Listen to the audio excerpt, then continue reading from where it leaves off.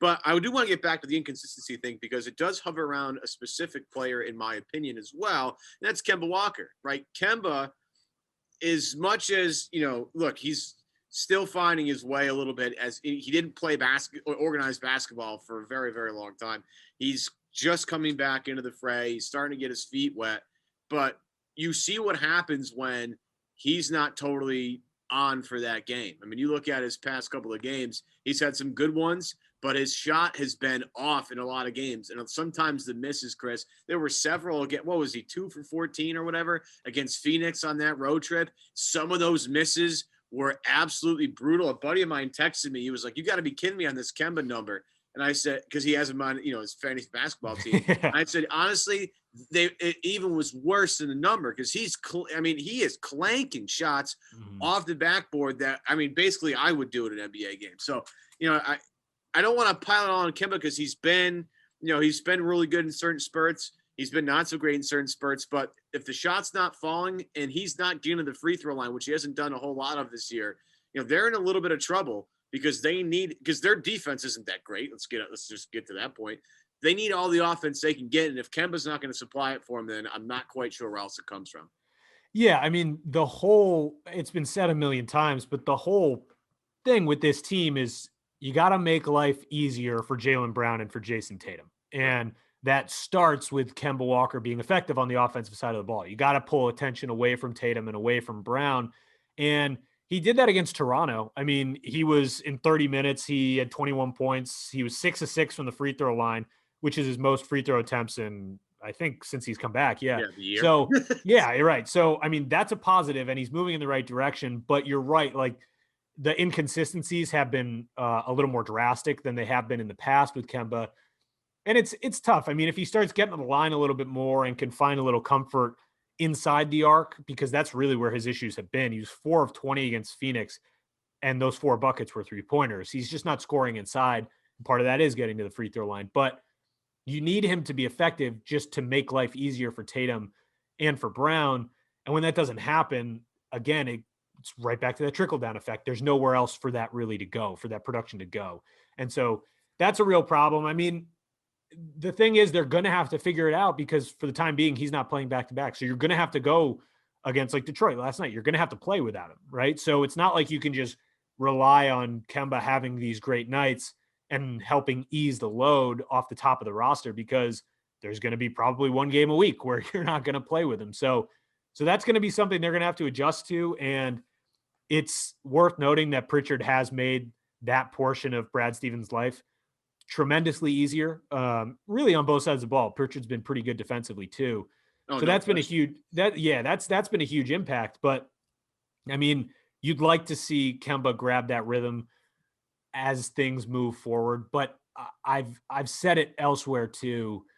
It really is like he didn't come back all that long ago, and I'm not going to keep defending him again and again and again, but it does take some time to kind of gain that rhythm back, and it's difficult when he's not playing back-to-backs, and he didn't go through training camp, and like that's really hard. And from a mental perspective, it's probably difficult for him to go back to his old self where he's taking these hard cuts and these hard change of directions and change of pace where, his knee probably still is not 100%. And so that has to be a difficult adjustment too. So in my ideal scenario, in my ideal mind, there's a world where he can slowly work back to his old self in the next month or so. Where's your concern level at here? Because, this is, again, it's a shortened season. You have, a guy that's not going to play in back-to-backs, and his rhythm is just completely off. And this team, in order to this team, you go to the Eastern Conference Finals so many times, like you got to get over that hump. And now, with the consistency that Jaylen and Jason have shown you, like these two guys are ready. These guys are ready. They're ready for that next step, but they can't get there by themselves in this Eastern Conference. There are too many good teams. Maybe in the older days of the East, when the West is still stacked. I'm not saying it's not, but the East has been weaker notably throughout the years. This year, it's not going to. It's a little bit more even because the Nets have a full arsenal of Kyrie, Harden, and KD, and you have the Sixers, a different coach, look way different. You're going to need Kemba Walker to be Kemba Walker for you to get past those teams, right? So where are you at here? Because we had Sean Devaney on last week, and and we got killed for this, and I don't really mind it. The fact that you all are going to kill us for it doesn't bother me at all. But the conversation needs to be had. He's like, I've called up some people around the league, and you couldn't give Kemba Walker away right now with the way he's playing and the way that contract is. So that's, to me, a little concerning because you're counting on him to be a focal point of your offense to help Jason and Jalen, get a little bit of a breather here and there. And if he's not going to do that, this team is nowhere near the team that they need to be to get to the NBA Finals. So if that's going to be the case, where's your concern level here with Kemba Walker? Yeah, my concern level with Walker is probably lower than most people for the time being. That leash is shortening game by game, right? Because that inconsistency is still at the forefront. So it's certainly not heading in the right direction, but my concern is definitely lower than most people. Again, for the reasons I mentioned before, I have some confidence that he can kind of regain that consistency and find that rhythm at some point. It's just the situation he was thrust into from a health perspective is a really difficult one. And so I don't think it's fair to fully judge where he is right now, as it will be 3 weeks from now, as it will be 5 weeks from now. That being said, my concern from a Celtics perspective, kind of with what you said, it is a little bit higher just because you have two guys playing at an all-NBA level, right? You have Jaylen Brown and Jason Tatum, who are undoubtedly playing all-NBA basketball right now. And you need to, as I said before, make life easier for them. You need to take advantage of that.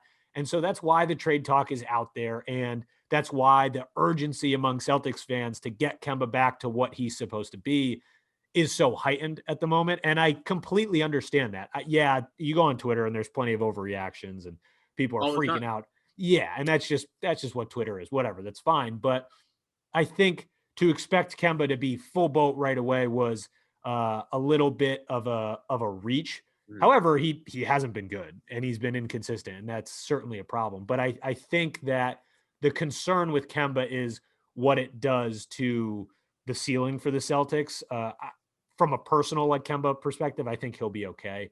But I don't know. I mean, that in terms of trading Kemba, I know there's been a lot of chatter about that, but that contract just is really not that tradable. And I talked about this with Nicole Yang and Tom Westerholm earlier this week. There is a lowered trade market for him right now. There were years ago where Kemba has this mammoth contract.